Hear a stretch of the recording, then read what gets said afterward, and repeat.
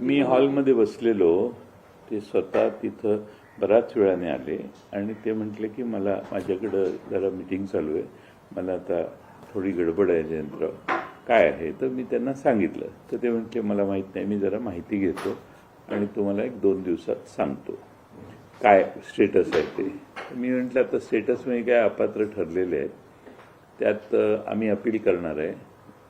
Appeal नगरविकास मंत्र्यांकडे असतं, पण तुम्हाला आणि त्यांना दोघांना भेटून सांगावं अशी त्यातली भाग आहे म्हणतं. कोणी नव्हते. नाही, मला कुणाची भेट झाली नाही. ते मी हॉलमध्ये तिथे एकटाच होतो. बराच वेळ चहा घेतला मी आणि बराच वेळाने ते बाहेर आले. पण मग आता हा कोइन्सिडेंट मानायचा का की तुम्ही नाही, मला माहित नाही. मला कसं कळणार कोण आहे ते, कोणाशी चर्चा करत होते याची मला काही माहिती नाही. मी घरी आल्यानंतर फुटबॉलची मॅच बघत बसलो होतो. त्या दरम्यान मधल्या काळात मला बरेच मेसेज आले की टीव्हीवर अशा बातम्या चालू आहेत. मग मी म्हटलं तुम्हाला रात्री त्रास द्यायला नको, सकाळीच बोलू.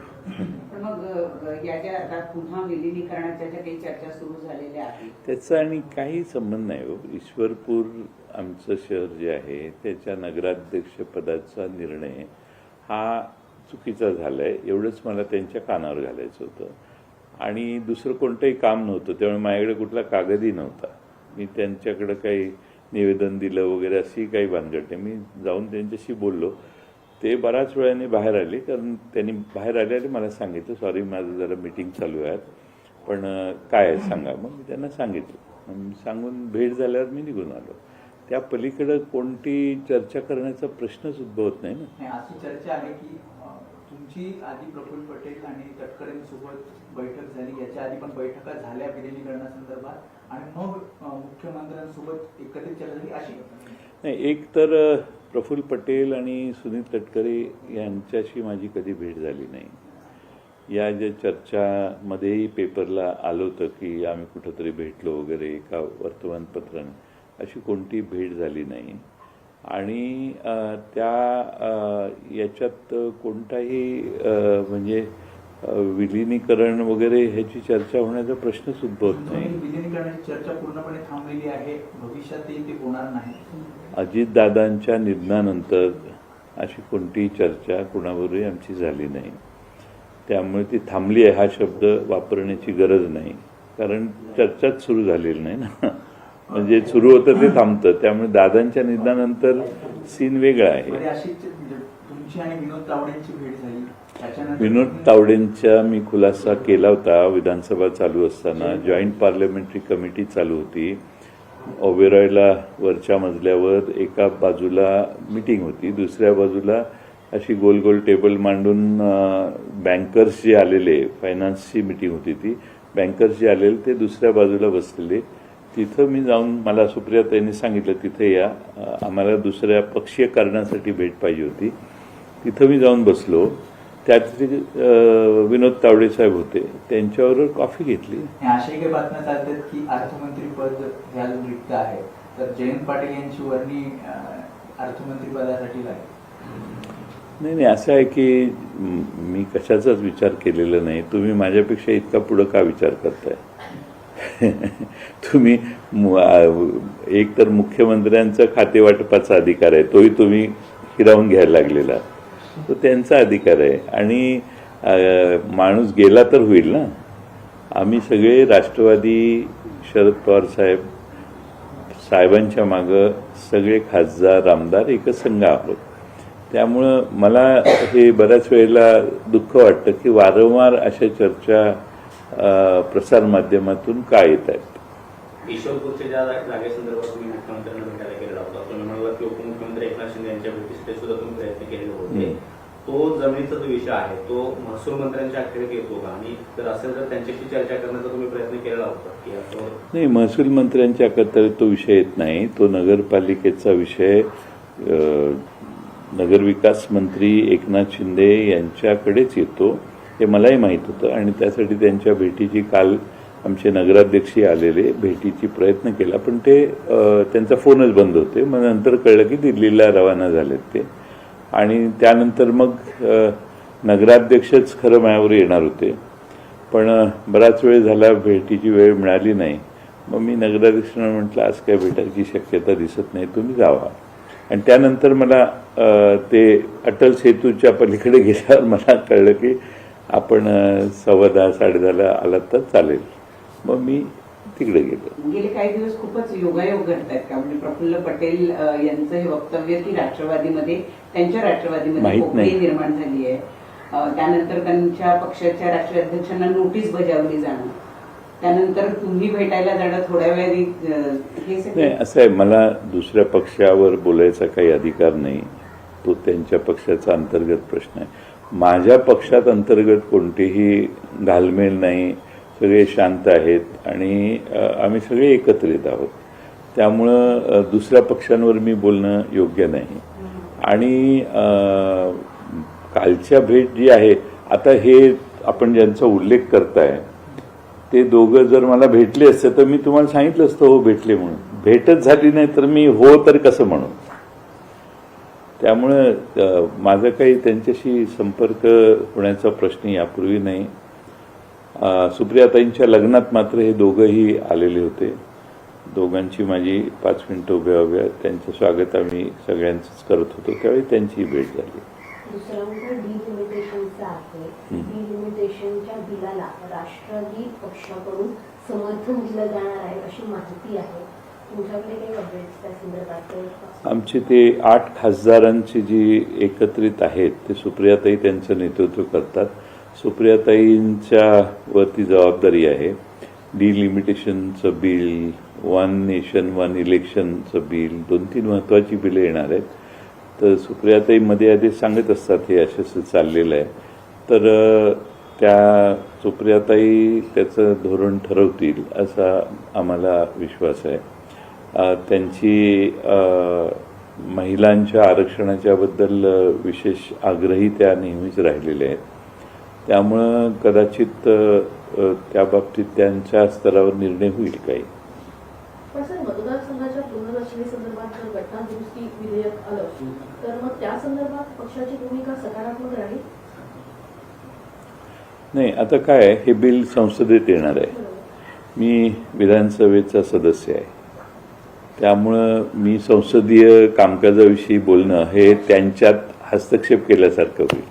पक्ष म्हणून काय पक्षाची जी काही चर्चा झालेली आहे, पक्ष म्हणून जी भूमिका आहे ती पक्षाचे त्या आमच्या राष्ट्रीय कार्याध्यक्ष आहेत त्या ठरवतील ना. मी त्यांच्या अधिकारावर हस्तक्षेप करणं हे ethically not correct. Sir, Hindi में बताइए कि मराठी में पूरा करते पहले हो गया. सर, बीते दिनों आपकी मुलाकात विनोद तावड़े से होती है, उसके कुछ दिनों बाद आप मुख्यमंत्री से मुलाकात करते हैं. ऐसे में सियासी गलियारों में कई तरह की चर्चा जो है वो चल रही है. चर्चा, एक सबसे आम चर्चा जो है वो ये है कि एनसीपी शरद पवार गुट एनडीए के करीब होना चाहती है, इसीलिए जयंत पाटिल साहब जो है लगातार मुख्यमंत्री से मुलाकात कर रहे हैं और तालमेल बिठाने की कोशिश कर रहे हैं. क्या स्पष्टता है? लगातार कब मैं मिला उनको?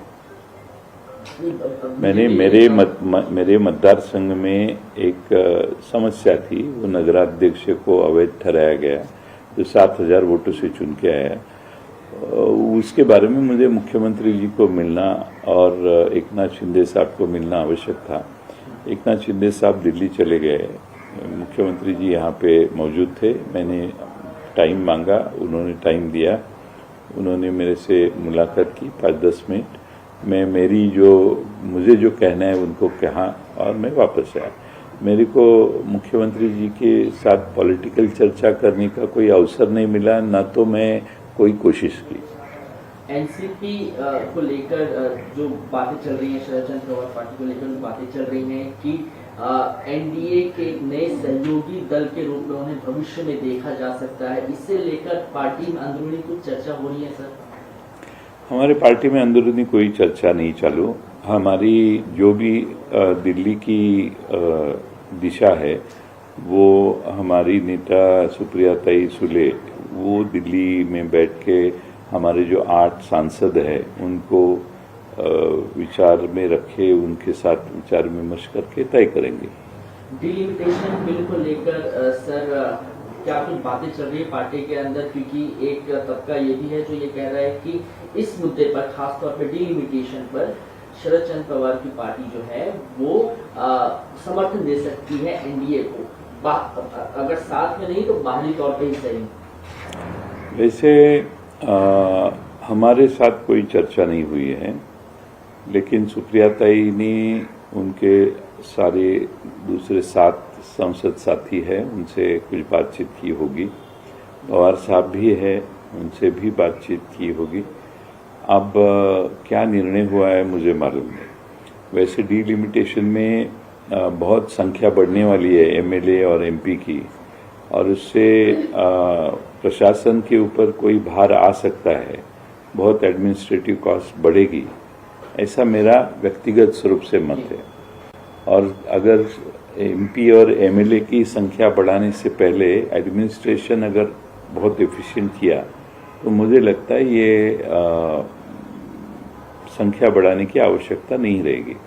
अब ये मेरा व्यक्तिगत मत है, और ये लेकिन उसमें एक दूसरा भी ये है कि मुद्दा है कि महिलाओं के आरक्षण का मुद्दा भी उसमें है। मैं चाहता हूं, अभी ये महाराष्ट्र में 288 एमएलएज है, तो उसमें ही 30% रिजर्वेशन हुआ तो भी हो सकता है करना है तो। लेकिन ठीक है, वो दिल्ली के केंद्रीय नेतृत्व का प्रश्न है, वो हमारे वहाँ पे उनसे सबसे विचार विमर्श करके तय करेंगे।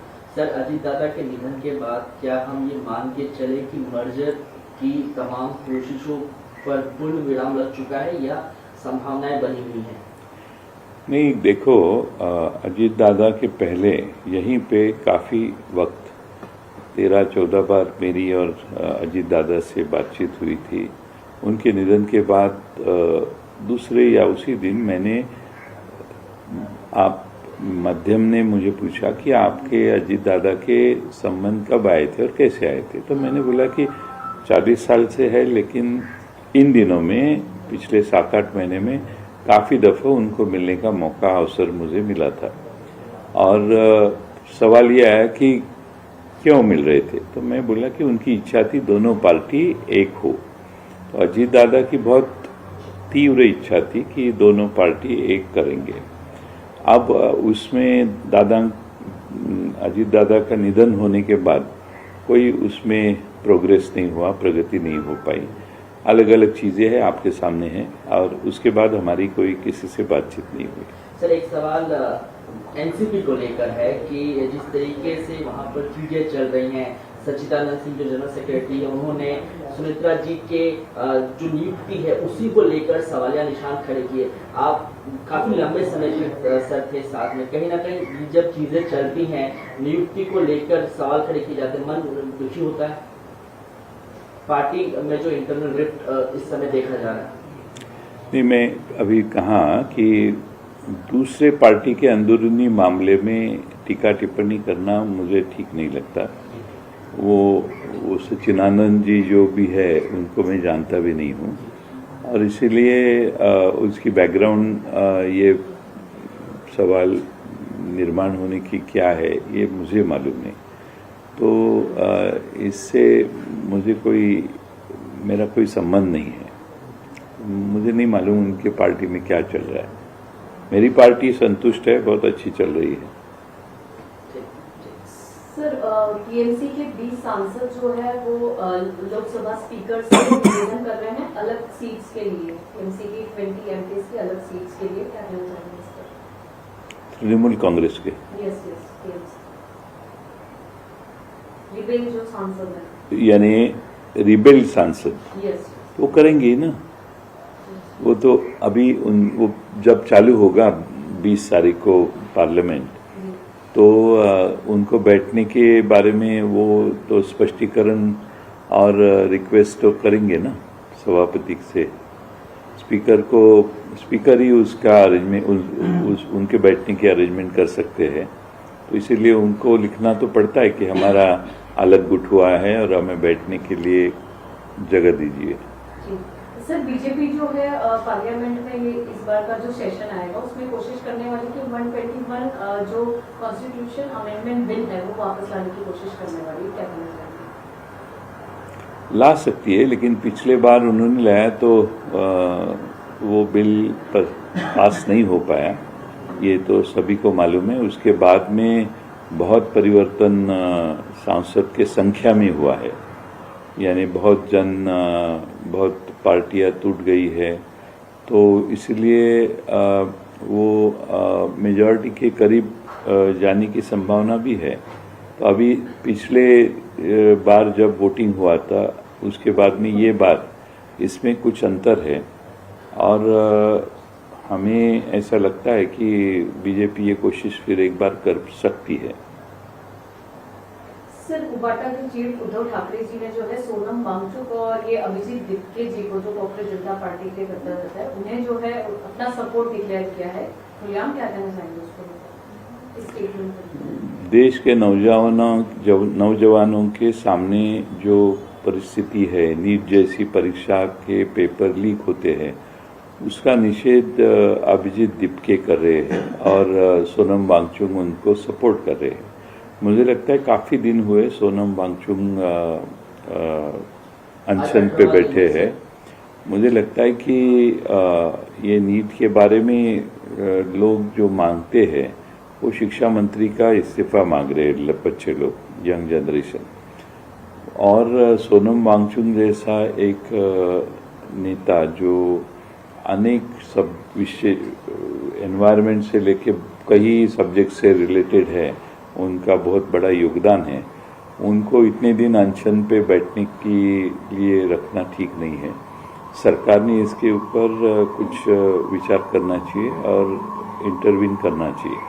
तो सोनम वांगचुक की जो है दिन तबियत जो है वो खराब होती जा रही है। उद्धव जी ने ये भी जिक्र किया था कि उनकी हालत जो है वो खराब होती जा रही है। मैंने उनसे निवेदन किया था कि वो पीछे ले लें, लेकिन नहीं ले रहे। ऐसे में क्या महाविकास आघाड़ी उनके साथ खड़ी है? ऐसा है कि ऐसी महाविकास आघाड़ी, उद्धव जी हमारे महाविकास आघाड़ी के नेता है, जब उन्होंने कहा तब हम सब उस लाइन पे ही बात करेंगे ना। लेकिन महाविकास आघाड़ी की तरफ से उन्होंने इतने देर बैठना ठीक नहीं है, ये उद्धव ठाकरे जी ने कहा है। और सबका ही कहना इतना है कि अभी इतने ज्येष्ठ सोनम वांगचुक को इतने दिन अनशन पे रखना ठीक नहीं है। सरकार ने जल्द से जल्द इंटरवीन करना चाहिए और सोनम वांगचुक ने भी उनका जो उपोषण है वो वापस लेना चाहिए।